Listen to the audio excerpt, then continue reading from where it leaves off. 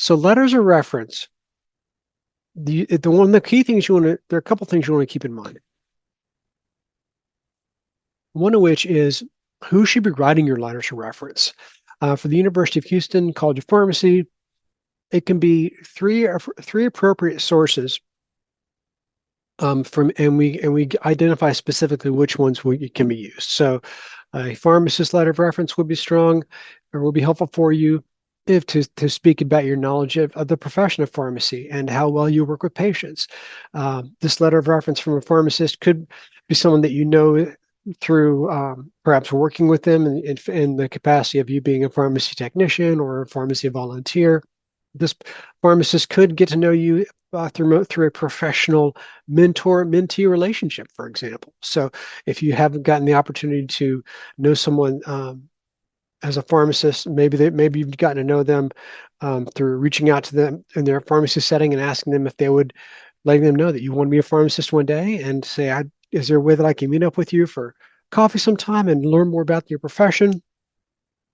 And through that interaction, you could develop a long-standing mentor-mentee relationship, so that even though the person you have not worked under them or volunteered under them specifically, you would have still, by developing that mentor-mentee relationship, have developed an opportunity to learn more about the profession from someone who's actually doing the profession. And also that person is getting to know you as a person, so they can speak to, in a letter of reference situation, they can speak to from the standpoint of, I'm a pharmacist. This person is well suited to the profession. I've gotten to know them over the past few months and years, and I can feel comfortable saying that they are able to handle the academic rigor of a pharmacy curriculum, and that they've got what it takes to be a good pharmacist one day. And I would be pleased to have them have them as one of my colleagues representing my profession. The pharmacy profession is one of the top 10 most respected professions in the United States, and that did not happen by accident. And so, pharmacists definitely are going to be able to, if someone's saying that, coming from that standpoint of, I I would feel comfortable them being a colleague of mine one day, has a certain level of gravitas compared to someone who may know you in a different capacity. So that's one example. Another example would be your college professors, your college teaching assistant, your academic advisor. These are folks that can speak specifically to your college academics and how well you have done in class and lab, speak specifically to your academic strengths. And then there's also the volunteer, or if you've worked within your college career, someone who can speak to your employer. If you're in a volunteer capacity, your volunteer supervisor, um, your boss, maybe even someone who. So those are the people that have been in a supervisory role over you, and they can speak to your leadership skills, your work ethic, and so on. So you'll see in the example on the right, the applicant, Mikhail Thomas, this letter of reference person was his professor. And so this person spoke specifically to these. You'll notice that this person was giving specific indications about different ratings of Michael or Mikhail, and gave the overall rating on him, saying that the person recommends this applicant. So something that's going to be helpful. So this person can speak specifically to his biology strengths. And in Michael's situation, perhaps biology was not his strongest suit.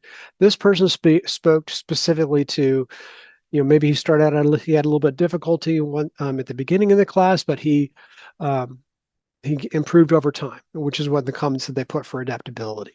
A couple things to point out on here. Definitely, when you're asking for that letter of reference, you want to make sure that you are make sure that you indicate if you will or will not waive your right of access. The right of access is something that's important, because that is going to tell the person writing that letter of reference that you would want, that you actually could see what they write on in the letter of reference. If you retain your right of access, meaning that question there where it says, have you waived your right? If you say no, then Dr. Knight knows that whatever she puts on here, Mikhail's going to read one day. So she may not be as candid in what she writes. Versus if you waive your right of access, then the person writing that letter of reference can be as candid and thorough in their responses, knowing that you would never would be able to have access to what they write or submit to us. So something to keep in mind when you're asking for that letter of reference. When you filling out the form in FarmCAS, you have to indicate that within the before the form is submitted to that person by email, so they can get the form filled out. So, but when it comes to the FarmCAS application, the FarmCAS allows up to 4 total references to be submitted into FarmCAS. College of Pharmacy requires 3. So make sure that those people writing that letter of reference are going to be appropriate sources. And when folks ask, well, should I submit all 4 at one time? My suggestion would be submit 3, and if we need that 4th one, that slot will be open just in case. We've had situations where an applicant will submit 3 letters of reference, then we have to inform them, well, this person that you wrote that letter of reference on, they're not an appropriate source for various reasons, so you need to get another one. And because a person submits only 3, they've got that one more slot to open that they could still ask Dr. Smith, for example, to write a letter of reference from a professor letter standpoint. So a little bit more about letters of reference. You want to make sure that these people are providing different points of view. By this I mean, if you ask 3 different pharmacists that you've worked under to write a letter of reference, what you're essentially going to be provided to the admissions committee is one person's one perspective written 3 different ways. 3 different pharmacists who've all had the same working relationship with you. The information they're going to provide is not going to vary tremendously, most likely.